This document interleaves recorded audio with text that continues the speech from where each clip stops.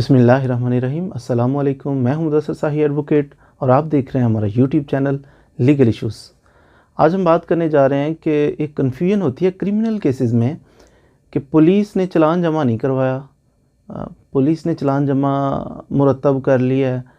ये चालान क्या चीज़ होता है, ये पुलिस कब कैसे क्यों जमा करवाती है, इसके जमा करवाने का तरीका और क्या लवाजमात होते हैं चालान के।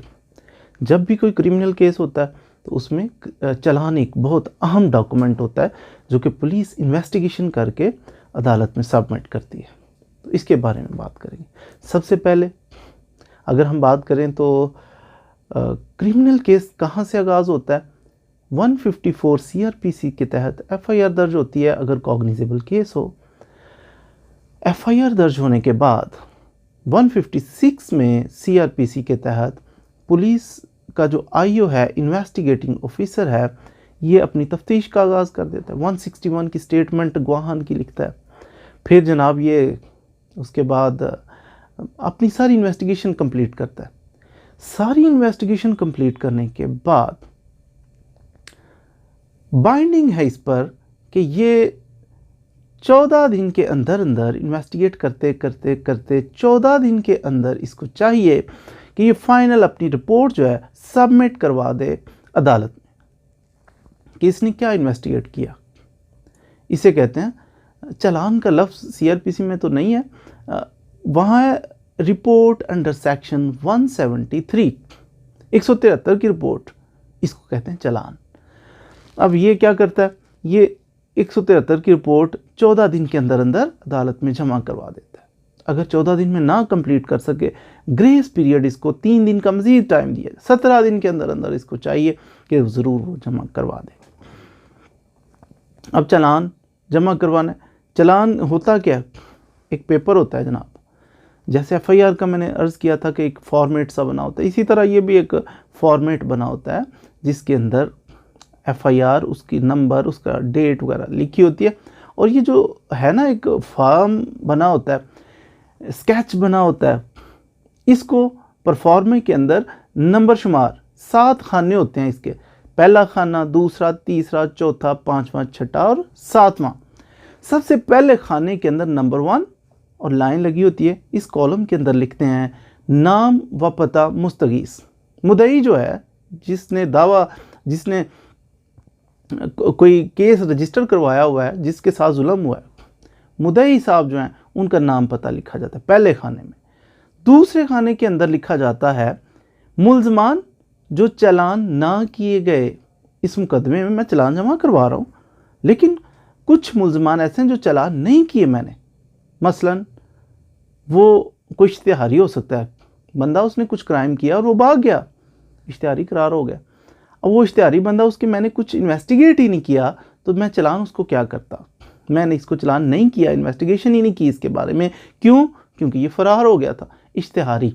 अब इश्तिहारी जो है, मुल्ज़मान जो चालान ना किए गए, अगर इश्तिहारी है, भगोड़ा है, तो उसको सुर्ख रोशनाई के साथ, सुर्ख पेंसिल के साथ लिखेगा, बाकी नॉर्मल स्याही से ही लिखेगा। मसलन ये हो सकता है कोई बेगुनाह है, उसको भी खाना नंबर 2 में लिखेगा कि इसको भी चालान नहीं किया क्योंकि ये तो बेगुनाह है, ये तो उधर था नहीं, या कुछ ऐसा इसके साथ मसला था, ऐसे इन्वॉल्व कर दिया था ये बंदा, इसके खिलाफ नहीं केस बनता, इसलिए इसको भी चालान नहीं किया। खाना नंबर 2 में या बेगुनाह हो सकता है या फिर इश्तिहारी भगोड़ा हो सकता है। भगोड़ा होगा तो सुर्ख रोशनाई से लिखेंगे। खाना नंबर 3 और 4 मुल्ज़मान जो चालान किए गए, जिनकी बाबत मैंने इन्वेस्टिगेशन कर ली और करने के बाद उनको चालान करके तो ये चालान जमा करवा रहा हूँ। खाना नंबर 3 और 4। 3 के अंदर जो ज़मानत पर थे उनका लिखेगा ये मुल्ज़मान जो है, इनको मैं चालान कर रहा हूँ लेकिन ये ज़मानत पर हैं, इनकी ज़मानत हो गई थी, आज़ाद हैं, फिर रहे हैं, लेकिन ट्रायल अटेंड करते हैं। खाना नंबर 4 के अंदर वो जो अंडर अरेस्ट हैं, जो कि कैद में हैं, उनकी ज़मानत नहीं हुई, पकड़े हुए हैं हमने, हमारे पास हैं, जेल में हैं, थाने में हैं, उनका नाम पता लिखा जाएगा ऐसे मुल्ज़मान का। नंबर 5 माल मुकदमा, 5वें कॉलम में लिखा जाएगा माल मुकदमा कि कोई जनाब एम्प्टीज़ थी, कोई पिस्टल रिकवर हुआ है, कोई पैसे रिकवर हुए हैं, जो भी रिकवरीज हैं उसके बारे में लिखा जाएगा। नंबर 6 पर नाम व पता गवाहान, नाम व पता गवाहान लिखा जाएगा, कौन कौन से गवाह थे, विटनेस थे, उनके बारे में तहरीर किया जाएगा। नंबर 7 7वें कॉलम के अंदर लिखा जाएगा मुख्तसर हालात व कफ़ियत जुर्म, कि जो भी इन्वेस्टिगेशन है उसकी समरी एक मैं लिख देता हूँ, फलां आया उसने ये कहा, ये एलिगेशन थे, इस तरह की एफआईआर थी, ये मामलात हैं, और मुख्तसर सी समरी पूरे केस की उसने तहरीर करनी होती है। खाना नंबर 7 में ये चलान होता है, चलान का एक पेज, उसके अंदर 7 खाने, वो मैंने आपको बता दिए। अब चलान जब जमा करवाना होता है ना, तो ये हमने जमा करवाना होता है इसके साथ कुछ डॉक्यूमेंट अटैच करके। चलान है, इससे पहले 2 डॉक्यूमेंट सबसे ऊपर लगेगा। जब एफआईआर दर्ज करवाने जाते हैं ना, तो पहले रोजनामचे के अंदर रपट दर्ज करते हैं कि फ़लाँ बंदा आया, वो ये एफआईआर दर्ज करवाना चाह रहा है, वो रपट। दूसरे नंबर पर उसके नीचे रखेंगे एफआईआर, उसके नीचे रखेंगे चलान, जो मैंने ये अभी 7 खाने वाला बताया, 173 की रिपोर्ट या चलान, पुलिस चलान। ये उसके साथ कुछ डॉक्यूमेंट्स अटैच करेंगे। मसलन इसके साथ आप अटैच कर सकते हैं कि 161 की स्टेटमेंट जो गवाहन की आपने ली है, वो अटैच कर सकते हैं। फिर आप इसके साथ फ़र्द मकबूजगी, जो जब कोई चीज़ अपने कब्ज़े में लेते हैं ना, तो उसकी फ़र्द बनाते हैं, तो फ़र्दात मकबूजगी जो 1 2 3 4 जितनी भी हैं, वो साथ अटैच कर दें। फिर उसके साथ आप देखें नक्शा मौका जो है, वो उसके साथ नीचे अटैच कर दें। फिर उसके बाद देखें कि अगर कोई मेडिकल हुआ है, तो मेडिकल की रिपोर्ट वो साथ अटैच कर दें। फिर आप देखें कि इसमें सज़ा स्लिप है मुलजिम की, वो साथ अटैच कर दें। तो ये इतने सा पलंदा सा बना के ये जनाब तैयार हो गई है। 173 सीआरपीसी के तहत हमारी रिपोर्ट तैयार हो गई है। इस रिपोर्ट को क्या करना है, पुलिस वाले ने पकड़ना है, और जनाब 14 दिन के अंदर अंदर, या 14 में कंप्लीट नहीं कर सका तो 17 दिन, 3 दिन एक्स्ट्रा मिले, उस 17 दिन के अंदर जाके इसने डायरेक्ट कोर्ट में नहीं देनी, बल्कि पुलिस वाले ने जो तफ्तीशी है, इसने वो सारा पलंदा पकड़ा चलान, तो उसके साथ डॉक्यूमेंट सारे अटैच करके जाएगा। ये जो पब्लिक प्रोसिक्यूटर होगा उस एरिया का, उस एरिया के पब्लिक प्रोसिक्यूटर के पास जाएगा, उनको देगा जनाब ये देखें, वो इसको देखेंगे, स्क्रूटनी करेंगे इसकी, ये ठीक है, गलतियाँ तो नहीं है इसमें, कुछ परेशानी तो नहीं है। तो फिर वो पब्लिक प्रोसिक्यूटर, सरकारी वकील साहब उसको अच्छे तरीके से देखेंगे। देखने के बाद अगर सेटिस्फाई होंगे कि बिल्कुल ठीक है, तो पास कर देंगे, चलान को पास करके मजिस्ट्रेट साहब की खिदमत में पेश करेंगे। अगर वो डिससेटिस्फाइड हैं सरकारी वकील, पब्लिक प्रोसिक्यूटर, तो वो एतराज़ लगा के वापस कि ये ऐसा नहीं है, ऐसा है, ठीक करो, वो ठीक करके सेटिस्फाई होकर फिर वो आगे अदालत में पेश करेंगे। अदालत में पेश किया, या तो चालान जो अदालत में पेश किया वो मुकम्मल चालान होगा, मेरी इन्वेस्टिगेशन मुकम्मल हो चुकी है बिल्कुल, तो ये लें मुकम्मल चालान ख़त्म। या नामुकम्मल, मैं 14 दिन में या 17 दिन में मुकम्मल नहीं कर सका, तो ये ले जी नामुकम्मल चालान। उसकी रीज़न ये थी, कुछ मैं कर सका और कुछ इसलिए नहीं कर सका, कुछ मुल्ज़मान पकड़े नहीं गए, वो इश्तिहारी हो गए, ये हो गया, वो हो गया, उस वजह से नामुकम्मल कबूल करें जनाब, नामुकम्मल चालान जमा करवा सकता है। जब नामुकम्मल चालान जमा करवाएगा, तो मुस्तकबिल में कभी फिर जब वो पता चल गया फ़लाँ मुल्ज़म पकड़ा गया, वो जो इनकम्प्लीट चीज़ थी, मैंने लेबॉर्ट्री में भेजा हुआ था फ़लाँ सैंपल, उसकी रिपोर्ट आना बाकी है, इसलिए नामुकम्मल है। डॉक्टर साहब ने अभी मेडिकल रिपोर्ट नहीं दी, इसलिए नामुकम्मल।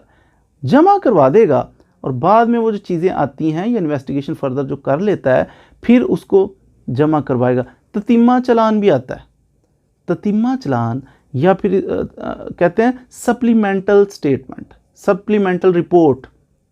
सप्लीमेंटल रिपोर्ट होती है 173 की, चालान ततीमा चालान भी से कहते हैं। वो ये होता है कि बाद में चालान जमा होने के बाद फिर कोई ऐड करना चाह रहे हैं, सर हमने जमा करवा दिया था, अब इसमें ऐड करना चाह रहे हैं, नई चीज़ पता चली है या फ़लाँ रिपोर्ट आ गई है, तो वो ततीमा चालान उसे कहते हैं, वो जमा करवा दिया जाता है कोर्ट में। अब कोर्ट में मुकम्मल चालान है या नामुकम्मल चालान है, और बाद सूरतों में अखराज रिपोर्ट बना देते हैं। पुलिस वाले कहते हैं हमने इन्वेस्टिगेट किया है, और अखराज रिपोर्ट बना देते हैं कि इसको खारिज कर दिया जाए, कैंसिल कर दिया जाए एफआईआर को, क्योंकि ये तो मुकदमा 3 तरह के, मसलन या तो ये झूठा मुकदमा था, इसको खारिज कर दिया जाए, अखराज रिपोर्ट। या कहते हैं कि ये तो सिविल नेचर का केस बनता था, क्रिमिनल केस बनता ही नहीं था, या ये कॉग्निजेबल केस नहीं था, नॉन कॉग्निजेबल था। तीनों सूरतों में वो फिर अखराज रिपोर्ट के लिए भेज देते हैं कि ये इसको चलान क्या करें, ये तो अखराज रिपोर्ट हमने मुरतब कर दिया चलान की बजाय, इन्वेस्टिगेट करके हमें कोई ऐसे इन्वेस्टिगेशन का राह नहीं नज़र आया, ये तो झूठा केस था, ये तो सिविल केस था, या फिर ये जो केस है ये नॉन कॉग्निजेबल था। तो अखराज रिपोर्ट। अब अखराज रिपोर्ट जो भेजते हैं, जज साहब की मर्ज़ी है उससे एग्री करें या डिसएग्री करें, ज़रूरी नहीं है कि जज साहब माने। जज साहब कहते हैं नहीं, अखराज रिपोर्ट से डिसएग्री करता हूँ, जाओ इसकी तफ्तीश करो, इसका चलान मुकम्मल करके लाओ, कह सकते हैं जज साहब। या फिर पुलिस वाले अनट्रेस्ड रिपोर्ट दे सकते हैं। अनट्रेस्ड रिपोर्ट ये होता है, अदालत में जमा करवाते हैं जनाब, ये तो ट्रेस ही नहीं हो सका ये वाला हमसे ऑफेंस, क्योंकि बंदा जिसके पे एलिगेशन था वो नामालूम अफराद थे, या फिर कोई था और गायब हो चुका है, क्या तफ्तीश करते। या फिर किसी ने जैसे प्ली ऑफ एलिबाई लिया है, बंदा कहता है जी ऑफेंस इधर हुआ है, मैं कराची में था, तो कराची में था तो वाकई पुलिस जो देखती है वो पता चलता है वो कराची में था, इम्पॉसिबल था 1 घंटे के अंदर, आधे घंटे में इधर पहुंचना और क्राइम कमिट करना, तो ये पॉसिबल ही नहीं था, इम्पॉसिबल, इम्प्रॉबेबल। तो ये जो चीज़ थी ये पॉसिबिलिटी नहीं थी। फिर अनट्रेस्ड रिपोर्ट कि इस क्राइम के बारे में ये ट्रेस आउट नहीं हो सका, अनट्रेस्ड रिपोर्ट पेश करेंगे। जज साहब के सामने जब पेश किया जाता है, जज साहब कैंसलेशन रिपोर्ट पेश कर देते हैं कि जनाब ये मुकदमा झूठा था, ये बेबुनियाद था, ये फ्रॉड की बेसिस पे किया गया, ये नॉन कॉग्निजेबल था, या सिविल बनता है। जज साहब चाहें तो इत्तफाक करें, चाहें तो ना करें। ये अगर जज साहब इस पर इत्तफाक कर लेते हैं, कहते हैं जी ठीक है, कैंसलेशन रिपोर्ट आपने मुरतब कर दी है, मैं एग्री करता हूँ, इसको कैंसिल कर देना चाहिए एफआईआर को। फिर कोर्ट क्या करेगी, कोर्ट एसपी को भेजेगी, मुतलका जो एसपी है वो फिर इसको फॉरवर्ड करेगा एसएचओ को कि जनाब ये लें, आप इसको देखिए, इसको कैंसिल कीजिए, कोर्ट के ऑर्डर। वो फिर जो एफआईआर थाने में दर्ज हुई थी उसकी बैक साइड पे उस ऑर्डर, अदालत के ऑर्डर की बाबत लिखेगा, फलान डेट ये वो। लिखने के बाद एफआईआर के ऊपर फिर सुर्ख रंग की पेंसिल से कांटा लगा देगा, लाइन लगा देगा, क्रॉस लगा देगा कि ये एफआईआर कैंसिल हो चुकी है, और फिर अपने एसपी साहब को लिखेगा कि जनाब ये मैंने कर दी है एफआईआर कैंसिल। पुलिस की इफ्सी डिक्सिट ये बाइंडिंग नहीं होती अदालतों के ऊपर। अब इफ्सी डिक्सिट क्या है? इफ्सी डिक्सिट एक लैटिन जो फ्रेज़ है, इफ्सी डिक्सिट, इसका मतलब होता है कि ही सैड बाय हिमसेल्फ, इसने खुद से ये कहा है। कोई बंदा अपनी राय दे रहा है और बगैर सबूत के, बगैर किसी डॉक्यूमेंट के, बगैर किसी एविडेंस के वो कह रहा है मेरी ये राय है। तो पुलिस की जो राय होती है, पुलिस कहती है मेरा ये ख्याल है, मैं इस नतीजे पर पहुंचा हूं, अपनी राय दे रहे हैं। अगर तो वो किसी एविडेंस पे, किसी डॉक्यूमेंट की बेसिस पे ना हो, तो फिर उसको कहते हैं ये इप्सी डिक्सिट जो पुलिस की है, ये बाइंडिंग नहीं है अदालत पे। अदालत चाहे तो इत्तफाक करे, चाहे तो ना करे। Ipse dixit Latin phrase, he said it by himself. एक dixit, ipse dixit, IPSE, ipse DIXIT, ipse dixit, police की जो राय होती है बगैर किसी सॉलिड प्रूफ के, इप्सी डिक्सिट।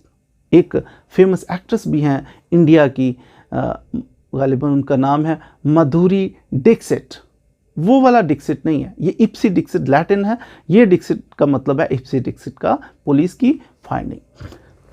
इंडिया में जो फेमस एक्ट्रेस की मैं बात कर रहा था कि उनका नाम है, के नाम पे भी आता है डिक्सिट, DIXIT, वो संस्कृत का एक वर्ड है डिक्शा, उसका आगे एडजेक्टिव है डिक्सिट, DIXIT, स्पेलिंग सेम है। इस डिक्सिट का मतलब है, जो फेमस एक्ट्रेस की मैं बात कर रहा था, इसका मतलब है नॉलेज प्रोवाइडर, कि जो किसी को नॉलेज प्रोवाइड करे उसको कहते हैं डिक्शा, और उसकी एडजेक्टिव फॉर्म डिक्सिट। यानी हो ये एक मिलता जुलता था, इसलिए मैंने अर्ज़ कर दिया। तो उम्मीद है आपने आज के लेक्चर से ज़रूर कुछ ना कुछ चालान के बारे में सीखा होगा। मेरी तबीयत कुछ दिनों से नासाज थी, इसलिए कोई आपके लिए वीडियोस मैं बना नहीं सका। तो आज मैंने बस, आज भी नासाज थी, बहरहाल मैंने कोशिश की कि कुछ ना कुछ आपके साथ बात की जाए, कुछ नॉलेज शेयर किया जाए। तो ये क्रिमिनल केसेस के अंदर 173 की जो रिपोर्ट है, जो चालान है, बहुत अहमियत का हामिल है। तो मेरे लिए दुआ भी कीजिएगा कि अल्लाह ताला मुझे रूहानी और जिस्मानी तंदुरुस्ती, जिस्मानी तौर पर अगर बंदा स्ट्रॉन्ग हो और अल्लाह ताला से दूर हो तो इस तंदुरुस्ती का भी कोई फ़ायदा नहीं। हाँ, बड़ा नेक है लेकिन बेचारा उसकी तबीयत नासाज हो, ये भी थोड़ी सी आजमाइश होती है। तो मेरे लिए दुआ करनी है ख़ुसूसी तौर पर आपने कि अल्लाह ताला मुझे रूहानी और जिस्मानी तंदुरुस्ती अता फ़रमाए। और अगर वीडियो पसंद आए शेयर करें, कमेंट्स करें, दोस्तों के साथ आगे आगे फॉरवर्ड किया करें ताकि ज़्यादा लोगों तक मैसेज पहुंच सके। Thank you very much.